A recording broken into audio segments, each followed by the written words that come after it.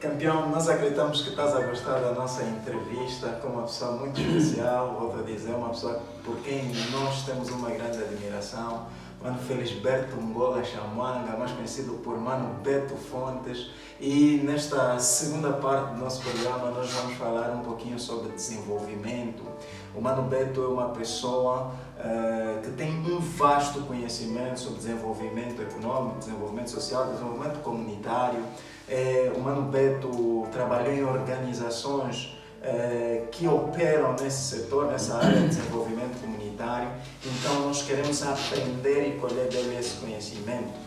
E ele também é um dos jovens senhores que tem uma paixão imensa pela província do Bié, apesar de não ser da província do Bié. E nós queríamos começar essa parte perguntando de onde nasce essa paixão pelo Bié, e nós sentimos isso. Isso aqui de facto é algo muito especial. Há um conjunto de pessoas que continuam a dizer assim: quando é que você vai voltar? E eu pergunto: voltar para onde? Voltar para o Ambo, de onde eu nasci? Voltar para o Lubango, onde eu tenho as minhas raízes? Voltar para onde? Para a Inglaterra, onde eu estava há algum tempo? Mas regressar para onde? Então não tem regresso nenhum. Eu aprendi na vida que o lugar aonde você tem o trabalho e a família e os amigos é o melhor lugar para se estar. Eu aprendi isso na vida. Então, quando aos 20 anos eu percebi que educação era o meu elemento, já voltando um bocadinho para aquilo que falamos no início, ficou a ideia de desenhar então este sonho, estruturar e depois planificar para a realização dele. Mas depois a pergunta é: onde é que ele vai ser realizado? A ideia inicial era que fosse realizado no Lubango, que nem mesmo é o lugar onde eu nasci. Eu nasci no Ambo. Mas depois, Deus mandou-me para aqui, para o Quito. E quando eu vim para o Quito, e ao ver a forma como as coisas foram se desenvolvendo, percebi claramente e imediatamente de que é aqui onde Deus quer que eu fique. E então, eu vim para a cidade do Quito, comecei a trabalhar aqui e entendendo que Deus quer que o nosso trabalho acrescente valor à criação. A criação dele está presente no planeta dele, né? Eu costumo falar que o mundo sem o Quito não é o mundo que nós estudamos. Se nós retirarmos o Quito deste mapa, não é esse mundo que nós estudamos. Ou seja, não é isso que Deus fez. O Quito é tão dono do mundo quanto é Nova York, quanto é Paris, quanto é São Paulo, quanto é Rio de Janeiro, quanto é Londres. Estar em volta do mundo não há melhor lugar do que em casa. E em casa é onde você tem o trabalho, a família e os amigos. Então eu aqui me sinto em casa. Essa paixão surgiu exatamente na combinação da vontade de Deus de ter me deslocado para essa latitude com a compreensão de que casa é o lugar onde você tem trabalho, família e amigos. Então eu não tenho para onde voltar. Quando disse vai voltar para onde? O mundo é minha casa, o Quito é o meu quarto. Esta é a minha consideração. O mundo é minha casa e o Quito é o meu quarto. E essa paixão, veja o que você faz com o teu quarto. Você fecha, abre, você arruma, você desarruma no teu quarto, mas você tem direito de andar pela casa, né? Então, eu ando pelo mundo, mas durmo no meu quarto. Quando é para estudar, estudo no meu quarto. Quando é para me concentrar e meditar, medito no meu quarto. Mas depois venho para a sala para ver televisão, vou para a cozinha para fazer comida. O mundo é a minha casa e o Quito é o meu quarto. É interessante ver essa paixão que o Mano Beto tem pelo Bié, e nós trazemos nesse programa pessoas que amam o nosso Bié. Nós somos completamente apaixonados pelo Bié e estamos comprometidos com o desenvolvimento dessa província, e por isso eu lhe faço essa pergunta. Como analisa o desenvolvimento da nossa província? Há desenvolvimento na nossa província? Podemos considerar que o Bié é uma província desenvolvida, está a desenvolver? Ok, bom, vamos começar com o conceito de desenvolvimento. O conceito de desenvolvimento que mais me apaixonou é um conceito que diz que desenvolvimento é melhoramento da qualidade de vida das pessoas num determinado território.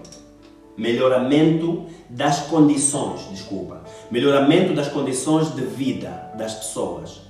Ou seja, se esse melhoramento acontecer, vai aumentar a qualidade de vida. E isso nos leva para aqueles indicadores de desenvolvimento do milénio. Os indicadores de desenvolvimento do milénio, compilados pelas Nações Unidas, eles vão falar dos vários acessos. Acesso à educação, mas uma educação com qualidade. Acesso à saúde, dividido em assistência médica e medicamentosa, mas com qualidade.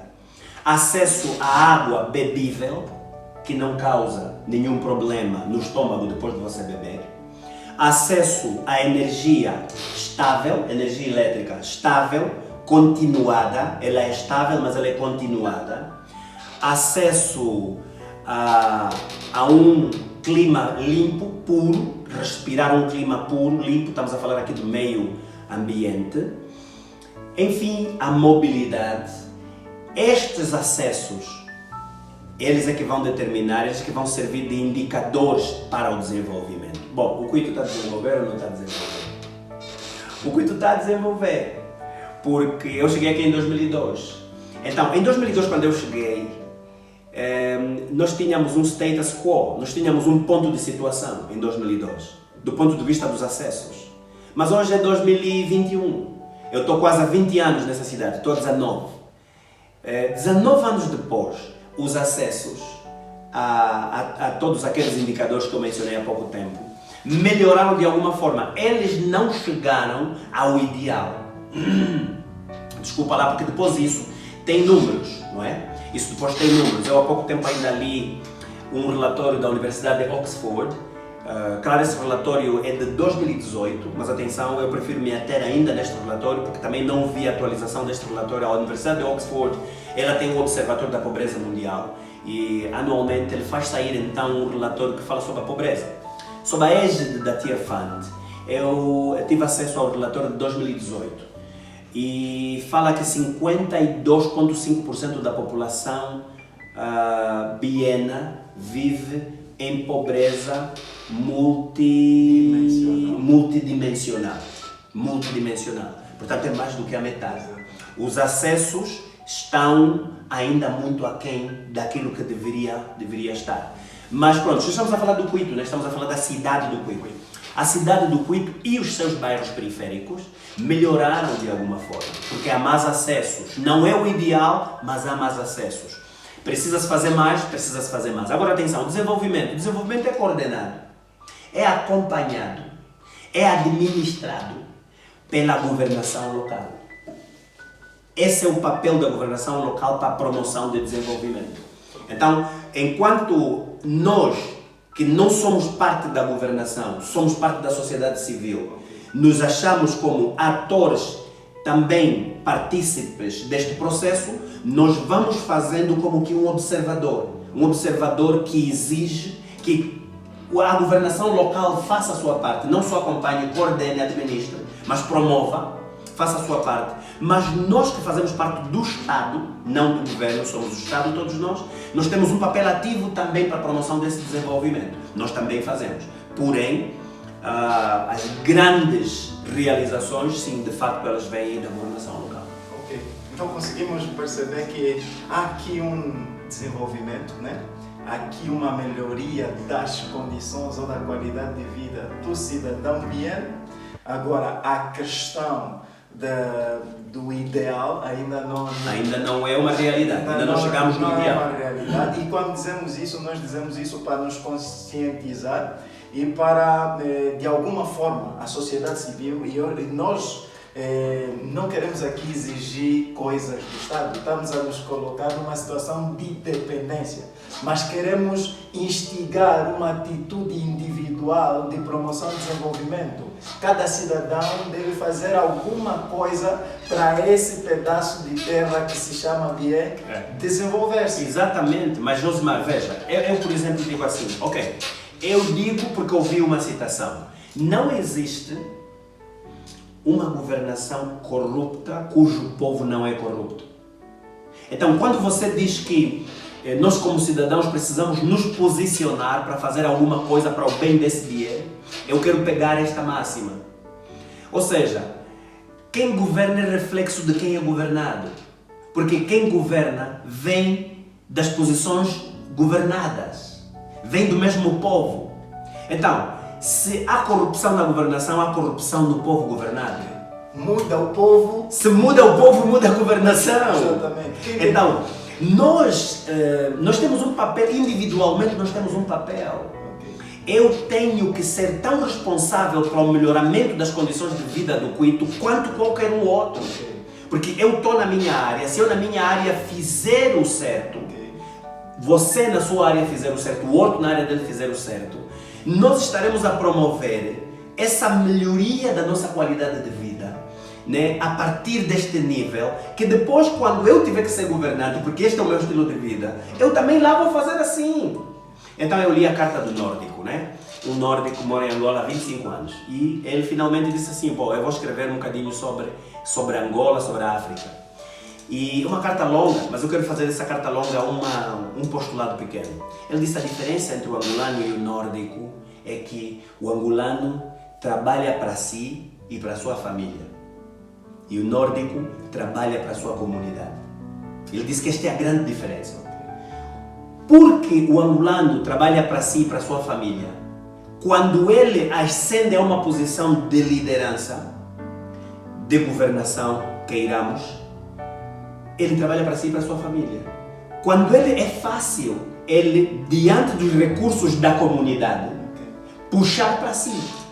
Porque ele trabalha para si e para a sua família. Mas se ele trabalhasse para a comunidade, diante dos recursos da comunidade, ele colocaria na comunidade. Nós precisamos mudar individualmente cada um de nós. Nós temos uma responsabilidade particular em mudar o nosso estilo de vida. Se mudarmos o nosso estilo de vida, todo o resto muda. E nós temos que mudar a forma como vemos. Eu quero aqui falar sobre Aliko Dangote. Aliko Dangote, não sei se você já ouviu falar, Aliko Dangote é o homem mais rico da África. É nigeriano e ele tem negócios no petróleo e gás e também na imobiliária, enfim, e também em instituições financeiras. Mas é interessante ver que Aliko Dangote emprega muitos indianos na Nigéria. Por quê? Por que Aliko Dangote emprega muitos nigerianos, muitos indianos na Nigéria? E depois chegou um momento em que ele teve que se pronunciar, porque é de muita crítica. Não, mas o Aliko Dangote é muito emprego muito mais para os indianos. O Aliko Dangote disse o seguinte: o vilão da África é o africano. O vilão de Angola é o angolano. De acordo com o Aliko Dangote, o nigeriano, africano no geral, nigeriano, você lhe entrega aquela câmara profissional como sendo o seu instrumento de trabalho, porque ele é empregado aqui, o instrumento de trabalho dele é aquela câmara. Ele é capaz de pegar a câmara e levar para a casa dele. Mas a câmara é instrumento dele de trabalho lá no serviço. Ele disse que o indiano, não. Ele disse que nunca viu um povo mais progressivo, mais honesto, mais trabalhador do que o indiano. Estas são as palavras de Aliko Dangote, não são minhas, é a palavra de Aliko Dangote. Por isso, ele tem uma empresa chamada Dangote. A Dangote tem que crescer, tem que ter saúde, a Dangote tem que ser construtiva, tem que ser progressista, e ele precisa de pessoas construtivas, pessoas progressistas, pessoas da razão. Nós precisamos mudar a nossa mentalidade. O Cuito vai crescer, vejam, na reflexão de por que em Angola número 1 é Luanda, número 12 é Huila, número 13 é Benguela, número 4 é Wamba. E isso vai continuando sempre assim. Passa ano, vem ano, esses 4 vão continuar nos lugares cimeiros. Parece que é um pouco complexo decifrar isso. No início, antes dos colonos chegarem a Angola, já o Huambo era um centro de trocas. E talvez por causa da sua geoestratégia. Já era um centro de trocas. Já povos vinham de vários lugares e faziam trocas ali. E por causa das trocas que faziam ali, já se construíram infraestruturas. E por se terem construído infraestruturas, já era mais fácil fazer as coisas. Então já era uma espécie de uma metrópole. Quando os portugueses chegam, eles precisaram de duas coisas. Eles precisaram de sítios estratégicos para a confluência e precisaram de sítios estratégicos para a importação e exportação. Daí Luanda, daí Benguela, daí o Namibe.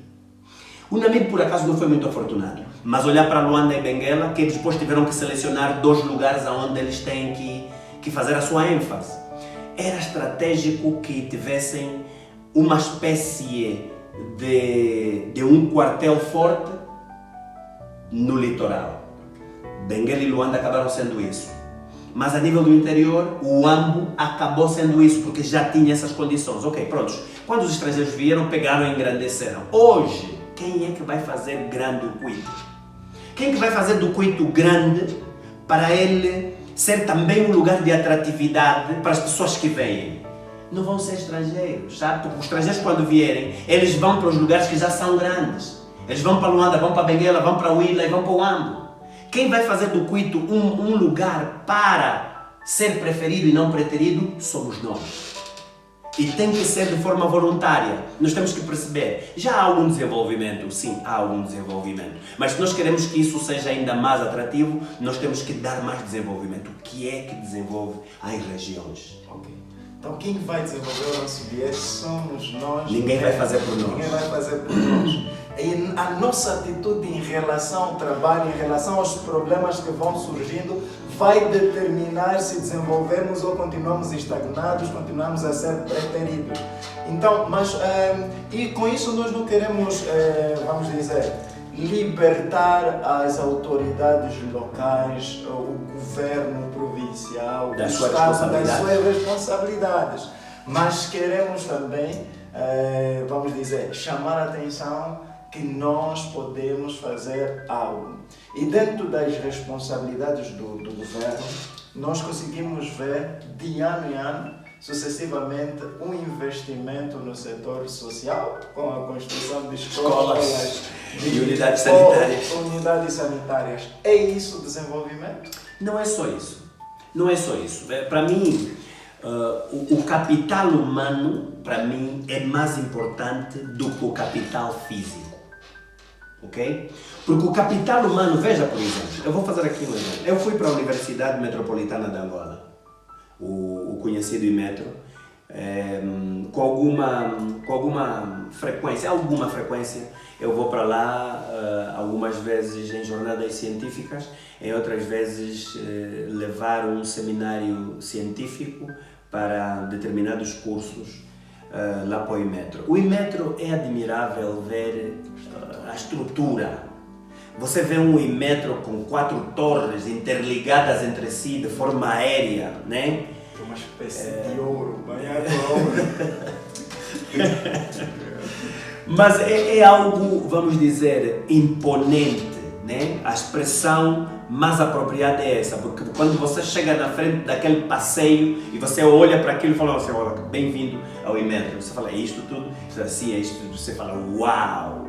É uma imponência, são torres que surgiram em bairro urbano, construídas lá. Ok, este é o IMETRO, mas depois eu vou para a Windhoek e eu vou te levar para a UNAM, a University of Namibia, e você vai ver a University of Namibia numa edificação singela, simples e, deixa-me dizer, humilde também. Mas atenção, a produção de conhecimento, a investigação científica, o aporte de soluções para problemas sociais, econômicos, sanitários, ambientais. Quando comparadas as duas instituições, você vai encontrar um IMETRO com sua imponência e a não produzir quase nada, e uma UNAM com a sua simplicidade, a produzir bastante. Chega de betão, né? Então, para mim o capital humano é muito mais importante do que o capital físico. Porque o capital físico acaba revelando uma grandeza falsa, uma grandeza que está sob estruturas muito finas, muito pequenas, muito fracas e que pode desabar com facilidade. Desenvolvimento não é somente isso.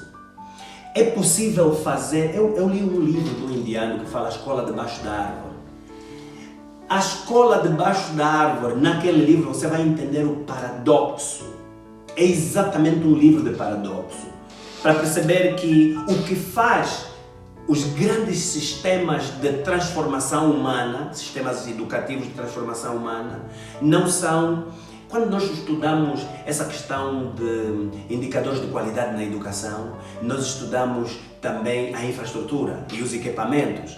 Mas não só as infraestruturas e os equipamentos devem ser o foco da nossa atenção, porque nós, os angolanos, temos um problema. Somos muito pouco do conteúdo e muito mais daquilo que é do exterior, aquilo que é da aparência. Preferimos investir muito na aparência e nada no conteúdo. O que se passa no fundo não nos interessa, o que está em cima bonito é que nos interessa. Isso é mau, nós precisamos nos arrepender desse pecado. Isso é um pecado do qual nós temos que nos arrepender. Temos que sair desse caminho, nós temos que mover para outra direção, para a direção do conteúdo.